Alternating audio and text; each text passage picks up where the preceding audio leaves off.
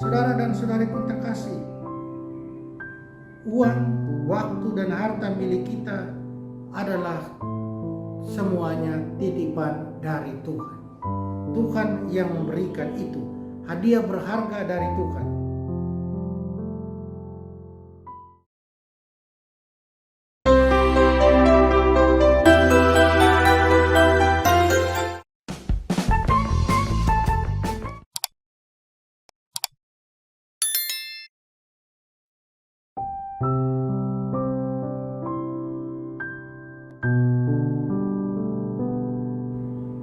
Shalom, salam damai sejahtera Bapak Ibu, saudara dan saudariku seiman.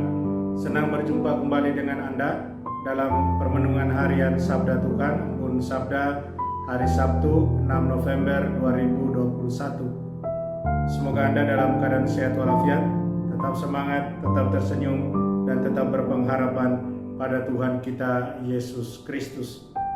Anda selalu dalam lindungan kasih Tuhan.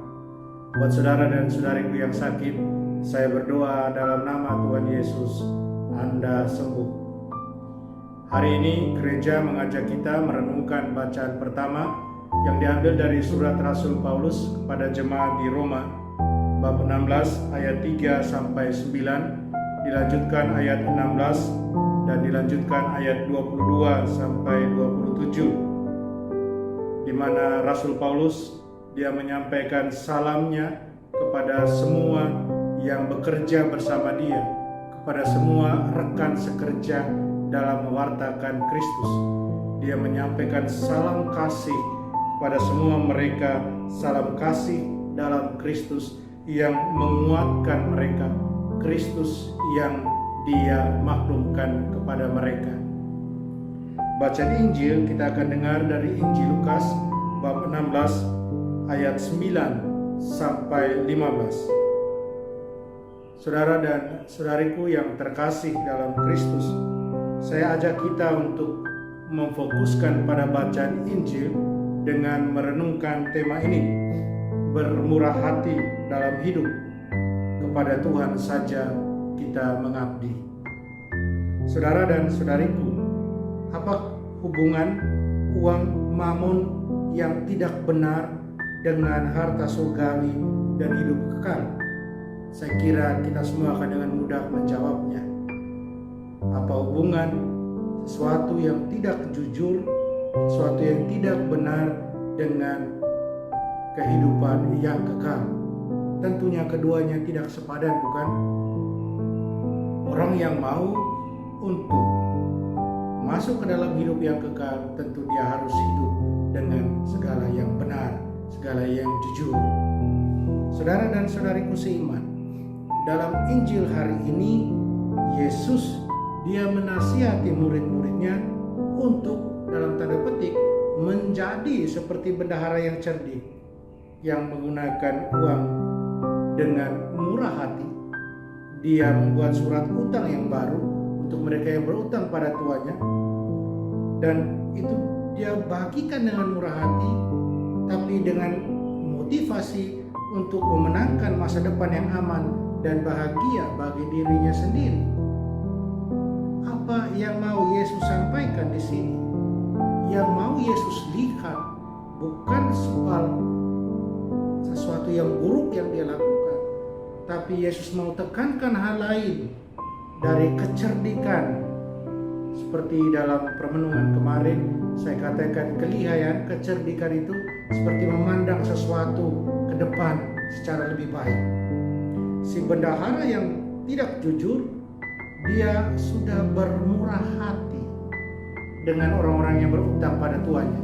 Dia kurangkan utang mereka, walaupun untuk masa depannya tentunya. Tapi dengan itu dia mau mengatakan kemurahan hatinya juga kemurahan hati tuannya. Saudara dan saudariku, kemurahan hati dari bendahara itu dalam kebingungannya, itulah yang mau disoroti di sini. Memberi dengan murah hati berhubungan dengan sedekah, berbagi sumber keuangan dan materi dengan mereka yang membutuhkan. Mereka yang menerima sedekah otomatis menjadi teman buat orang yang memberi sedekah, karena ketika orang berbelas kasih kepada mereka pada saat mereka membutuhkan. Itu sama seperti ketika Tuhan berbelas kasih kepada kita dalam kebutuhan kita akan pengampunan dan bantuannya. Kita menjadi milik Tuhan. Kita bersahabat dengan Tuhan. Saudara dan saudariku yang terkasih, harta sejati yang bertahan adalah harta yang bisa kita simpan di surga. Tuhan dengan limpah memberi upah kepada mereka yang memberi kepada orang lain dengan kemurahan hati, membantu mereka yang membutuhkan. Terus, apa musuh dari kemurahan hati, saudara dan saudariku? Musuh dari kemurahan hati adalah keserakahan, keinginan yang berlebihan untuk keuntungan pribadi dan keamanan pribadi.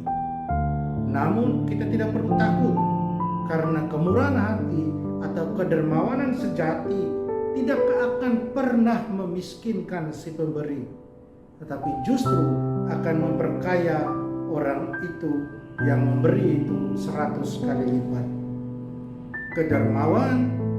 Kedermawanan sering dikatakan memperluas jiwa seseorang. Tuhan bermurah hati dan berlimpah dalam melimpahkan karunia-Nya kepada kita. Kita tidak akan pernah bisa menandingi Tuhan dalam kemurahan hati.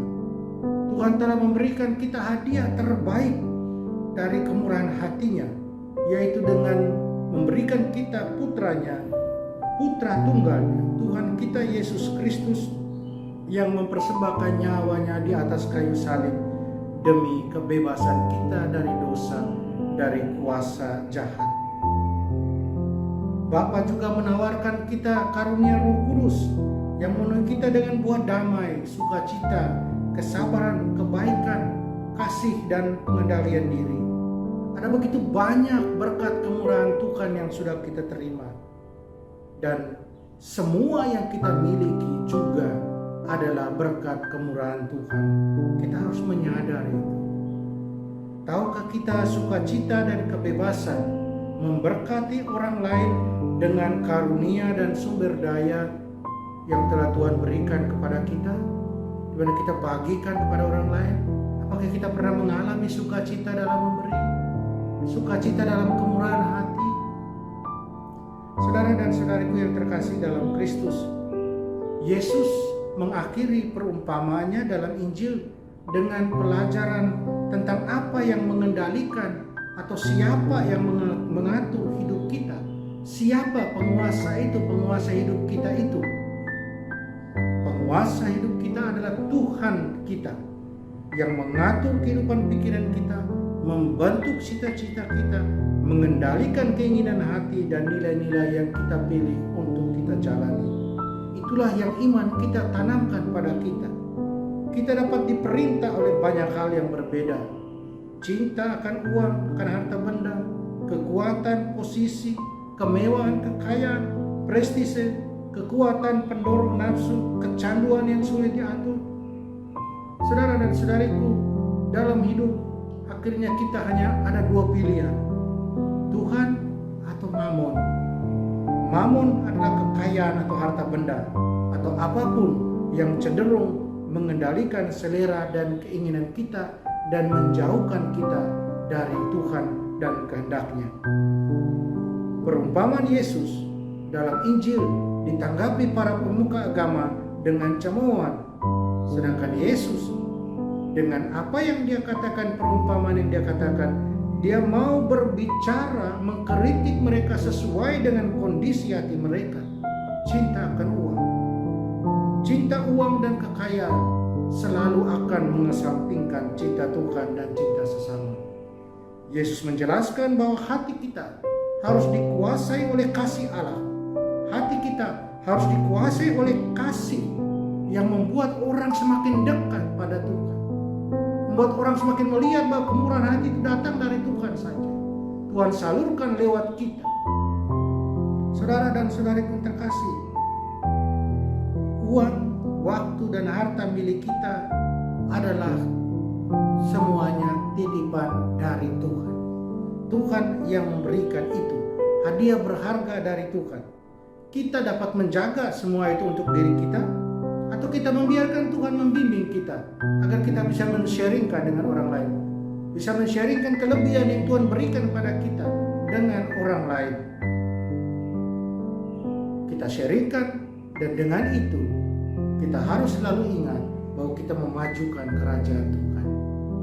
Dengan itu kemuliaan Tuhan semakin dimuliakan. Saudara dan saudariku, mari kita minta Tuhan untuk mengisi hati kita dengan semangat kemurahan hati, dan membiarkan Tuhan meraja dalam hidup kita, menjadi penguasa dalam hidup kita. Dialah satu-satunya yang mengatur hidup kita, karena cinta kita akan Dia lebih besar daripada segalanya. Amin. Mari kita mohon kekuatan dari Tuhan, kita berdoa. Tuhan Yesus, semoga api cinta-Mu selalu membara di hati kami, agar kami dapat sepenuhnya mengabdi kepadamu di atas segalanya.